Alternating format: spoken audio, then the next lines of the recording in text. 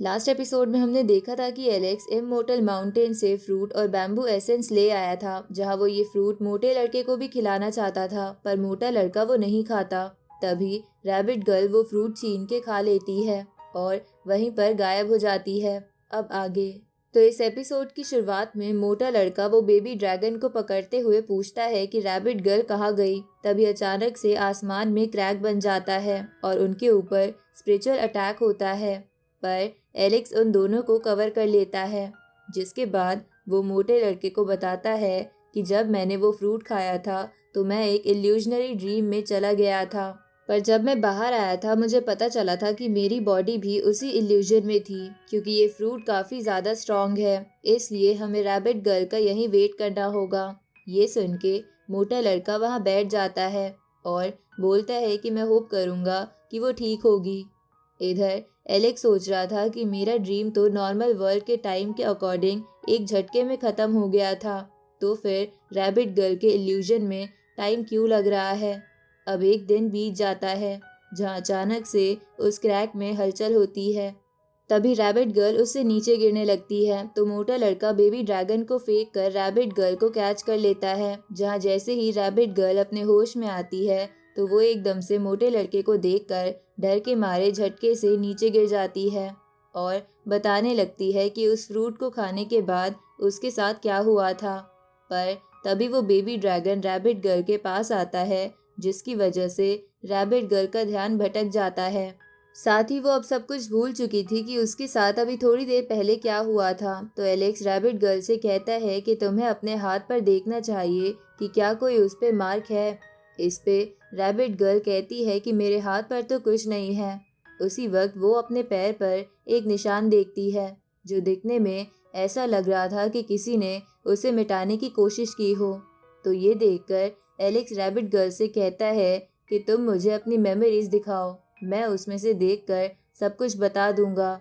अब rabbit girl Alex को memories दिखाने लगती है, जहाँ जैसे ही वो दोनों ये प्रोसेस स्टार्ट करते हैं तभी एलेक्स रैबिट गर्ल के सी ऑफ कॉन्शियसनेस में गिर जाता है, जहाँ वो एक बड़ा सा फर्नेस देखता है जो ब्लड से भरा हुआ था और उस पे टाइम और यूनिवर्स का कोई फर्क नहीं पड़ता था। जिसके बाद एलेक्स कई सारी बैटल्स देखता है जिन्हें 4 योद्धा लड़ रहे थे।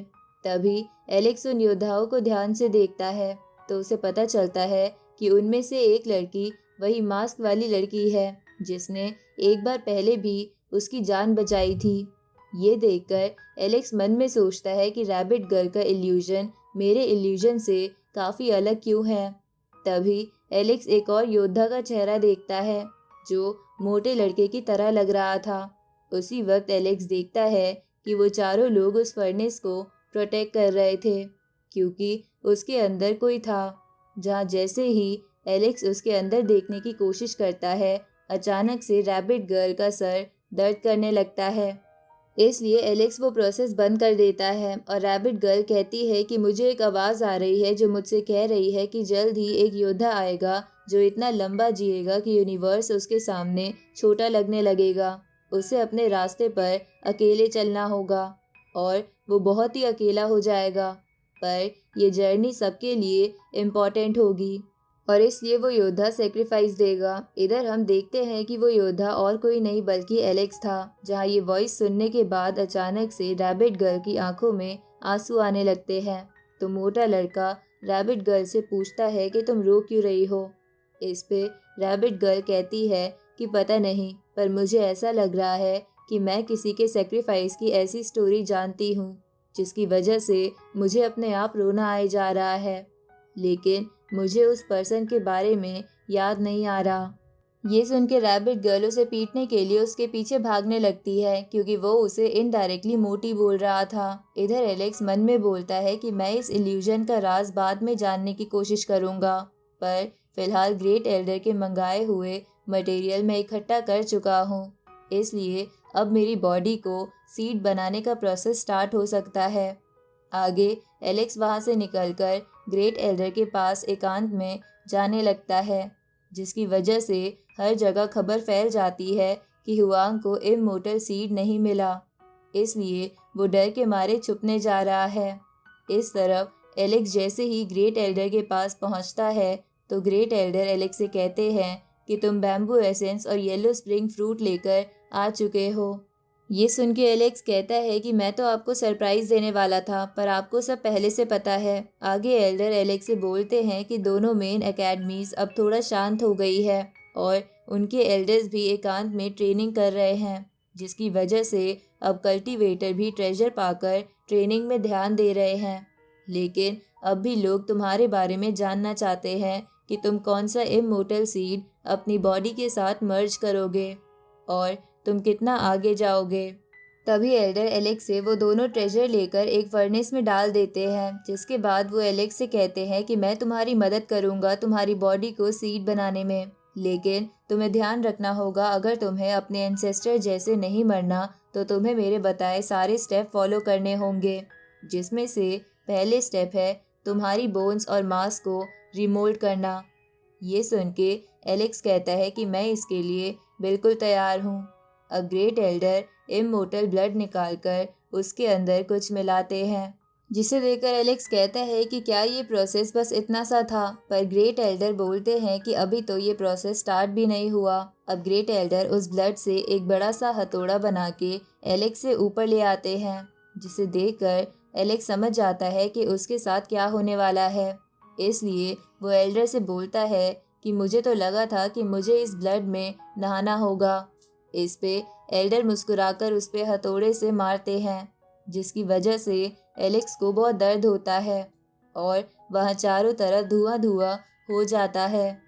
तभी एल्डर एलेक्स से बोलते हैं कि ये इमोर्टल ब्लड तुम्हारे सारे मेरिडियंस तोड़ के उन्हें ठीक कर देगा, ताकि उसके लिमिट टेस्ट करी जा सके, और ये प्रोसेस तब तक चलेगा जब तक इसमें परफेक्शन हासिल ना हो जाए। अब 20 दिन बीत जाते हैं और अब भी एलेक्स पर हथौड़े पड़ रहे थे। साथ ही एल्डर दिन में एलेक्स पर हथौड़े मारा करते थे और रात में उसे एक जहरीली लेक के ऊपर बिठा दिया करते थे, ताकि उसमें से बिच्छू और जहरीले इंसेक्ट्स निकलकर एलेक्स को काट सके, क्योंकि उनका मानना था कि इससे एलेक्स का ब्लड प्योरीफाई होगा। इसमें एलेक्स को बहुत दर्द हो रहा था और वो एल्डर से कहता है कि क्या ये सच में ज़रूरी है। इस पे एल्डर कहते हैं कि बॉडी को सीड बनाने का काम तुमने ही चुना था, तो क्या तुम्हें पता भी है एक सीड होता भी क्या है। इस यूनिवर्स में कई सारे सीड हैं, पर वो अलग क्यों हैं। इस पे एलेक्स कहता है कि एक सीड हमें उस कल्टीवेशन पाथ तक पहुंचाता है जो हेवन के अकॉर्डिंग बिल्कुल सही है। इस पे एल्डर कहते हैं कि ये सब तुम्हारा वहम है, सब चीज़ें हमारे अंदर ही होती है, हम बस एक्सटर्नल चीज़ों पर रिलाय करते हैं। ये सुन के एलेक्स ग्रेट एल्डर से बोलता है कि हमारी बॉडी को सुप्रीम एंशिएंट सीड से कंपेयर करा जा सकता है। इस पे एल्डर कहते हैं कि हमारी बॉडी उससे भी आगे होती है, इसमें बहुत सारे सीक्रेट छुपे हैं, ये बहुत ज़्यादा इवॉल्व कर सकती है। ये सुन के एलेक्स ग्रेट एल्डर से पूछता है कि तो क्या इसकी ताकत एक स्मॉल वर्ल्ड से बराबर होती है। ये सुन के ग्रेट एल्डर कहते हैं कि वो चीज़ उस पर्सन पर डिपेंड करती है। अब ऐसे ही एलेक्स की ट्रेनिंग चलती रहती है और 3 महीने बीत जाते हैं, जहां 3 महीने बाद ग्रेट एल्डर एलेक्स से कहते हैं कि क्योंकि दूसरे वर्ल्ड के लोग और हमारे वर्ल्ड के लोग अलग तरीके का कल्टीवेशन पाथ फॉलो करते हैं, जिसकी वजह से इमोर्टल सीड की पावर कम हो गई थी और तुम्हें इससे कोई फ़र्क नहीं पड़ेगा, क्योंकि तुमने इमोर्टल सीड इस्तेमाल ही नहीं किया। लेकिन तुम्हें एक स्ट्रॉन्ग सोल की भी ज़रूरत है। भले ही तुमने अपने सोल का क्लोन बना लिया है, लेकिन तुम हेवन यानी यूनिवर्स के रूल्स के अगेंस्ट आगे बढ़ने वाले हो। इसलिए तुम्हें अगर कहीं फंसना नहीं है तो तुम्हें अपनी बॉडी के साथ साथ एक अच्छी सोल भी चाहिए होगी। अब ग्रेट एल्डर अपने पास से एक मंत्र का आर्टिफैक्ट निकाल कर एलेक्स के सर पे लगा देते हैं, जिसकी वजह से एलेक्स की दूसरी सोल एक वेपन में ट्रांसफॉर्म होकर एलेक्स की मेन सोल के सामने आ जाती है। अब 6 महीने तक लगातार एलेक्स की बॉडी और सोल की ट्रेनिंग होती है, जहां 6 महीने बाद ग्रेट एल्डर एलेक्स से कहते हैं कि जो एंशिएंट सीड तुम्हारे पास पहले से था वो भले ही मैच्योर नहीं है, पर तुम्हारे लिए एक ऐसी जगह बन सकती है जहां तुम बहुत ही जल्दी कल्टीवेट कर पाओगे। इसलिए मैं बूटियन सेक्ट जाकर हेवन मेंडिंग मेडिसिन लेने जा रहा हूँ, ताकि मैं तुम्हारे कल्टीवेशन के लिए और कुछ कर सकूँ, पर तब तक तुम इस सीड में जाकर अपना कल्टीवेशन जारी रख सकते हो। अब ग्रेट एल्डर उस सीड को ओपन कर देते हैं, जिसमें से चमकदार रोशनी निकलती है, जिसे देखकर ग्रेट एल्डर बोलते हैं कि एक नए युग की शुरुआत हो चुकी है। इधर हम मोटे लड़के को देखते हैं जो अपनी स्वॉर्ड टेक्निक में काफ़ी ज़्यादा माहिर हो गया था, जिसकी वजह से वो स्पेस में भी क्रैक बना पा रहा था। इधर रैबिट गर्ल अपने उस बेबी ड्रैगन को बड़े रूप में बदलकर कंट्रोल करना सीख गई थी। दूसरी तरफ एलेक्स का भाई जेस भी पहले से काफ़ी ताकतवर हो गया था। तभी ग्रेट एल्डर कहते हैं कि मैं इन जीनियसेस को जल्दी से ग्रो होते हुए देखना चाहता हूँ, ताकि ये एनिमे का मिलकर सामना कर सके। इधर एलेक्स उस सीट के अंदर आ जाता है, जहाँ वो बोलता है कि यहाँ पर काफ़ी स्पिरिचुअल एनर्जी है। तभी उसे किसी की आवाज़ सुनाई देती है, तो वो बोलता है कि क्या यहाँ कोई पहले से है। तभी एक लड़की एलेक्स पर अटैक करते हुए उससे कहती है कि तुम मेरी अपॉर्चुनिटी छीनना चाहते हो। इस पे एलेक्स उस अटैक से बचते हुए बोलता है कि मुझे नहीं पता था कि यहाँ कोई है, मेरा यहाँ पर कोई गलत इरादा नहीं है। उसी वक्त एक लड़की एलेक्स के सामने आती है और बोलती है कि तुम्हारा इरादा कैसा है ये मैं खुद ही जान लूँगी।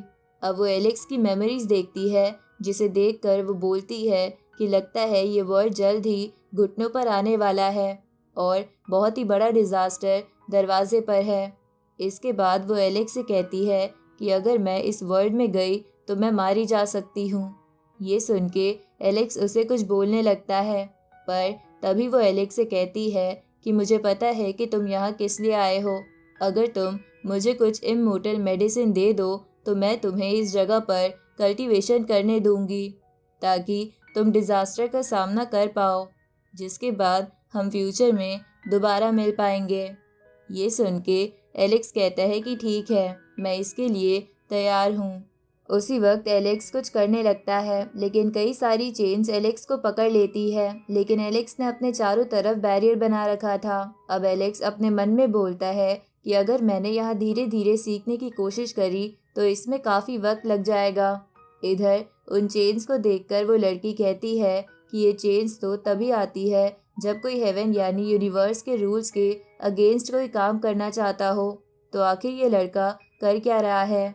इधर एलेक्स मन में बोलता है कि ये यूनिवर्स हर किसी को जन्म देता है और मिटाता भी है, और मेरी बॉडी भी एक तरीके का स्मॉल यूनिवर्स है। इसलिए मैं बाहर के यूनिवर्स को तो कंट्रोल नहीं कर सकता, पर मैं अपनी बॉडी को तो कंट्रोल कर सकता हूँ। अब एलेक्स अपनी बॉडी के अंदर ही एक कल्टीवेशन पाथ ओपन करने लगता है और एक नया मेथड बनाने लगता है, जहाँ ऐसा करते हुए वो बोल रहा था कि सूरज पूरब से उगता है और पश्चिम में छिपता है, लेकिन अगर मैं इसे उल्टा ही कर दूँ तो। ये सुन के वो लड़की कहती है कि ऐसा तुम नहीं कर सकते, हेवन तुम्हें पनिशमेंट देगा। इस पे एलेक्स बोलता है कि हेवन कौन होता है, रूल बनाने वाला। अब ये बोल के एलेक्स अपनी बॉडी के सारे रूल्स चेंज कर देता है और अपनी बॉडी के अंदर ही एक अलग कल्टीवेशन गेट खोल देता है, जिसकी वजह से वो पूरा ट्रांसफॉर्म हो चुका था। ये बिल्कुल वैसा ही था जैसा ही एक फ़ोन में डेवलपर सेटिंग ओपन कर ली जाए। इधर एलेक्स को याद आता है कि ग्रेट एल्डर ने कहा था कि कल्टीवेशन गेट थोड़े समय के लिए खुलता है, पर एलेक्स इसको भी चेंज करने लगता है, जहाँ ऐसा करते हुए वो बोल रहा था कि ये मेरा कल्टीवेशन है तो सब कुछ मेरे अकॉर्डिंग चलेगा। अगर मैं चाहूँगा तो मैं एक फेदर से भी एक पूरे प्लैनेट को डिस्ट्रॉय करूँगा। ये सुन के वो लड़की बिल्कुल हैरान थी। अब इसी के साथ ये एपिसोड यहीं ख़त्म होता है।